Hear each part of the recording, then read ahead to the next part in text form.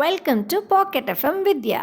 ஒரு இளம் வாலிபன், அவனுக்கு அவ்வளவு கோபம் வரும். அவனுக்கு கோபம் வந்தா அவனையே மறந்துடுவான். கோபத்துல என்ன பண்றான்னு அவனுக்கே தெரியாது. இப்படியே போனா சரி வராது அப்படின்னு ஒரு நாள் அவனே முடிவு செஞ்சு ஒரு சாமியார் கிட்ட போறாரு. அவரும் இந்த வாலிபனுக்கான தீர்வு ஒண்ணு கொடுக்கணும் அப்படின்றதுக்காக ஒரு மந்திர குவளைய கொடுக்கறாரு. எப்பப்பெல்லாம் கோபம் வருதோ அப்போல்லாம் இதுல தண்ணீர் நிரப்பி 5 முறை குடிக்கணும்னு சொல்றாரு.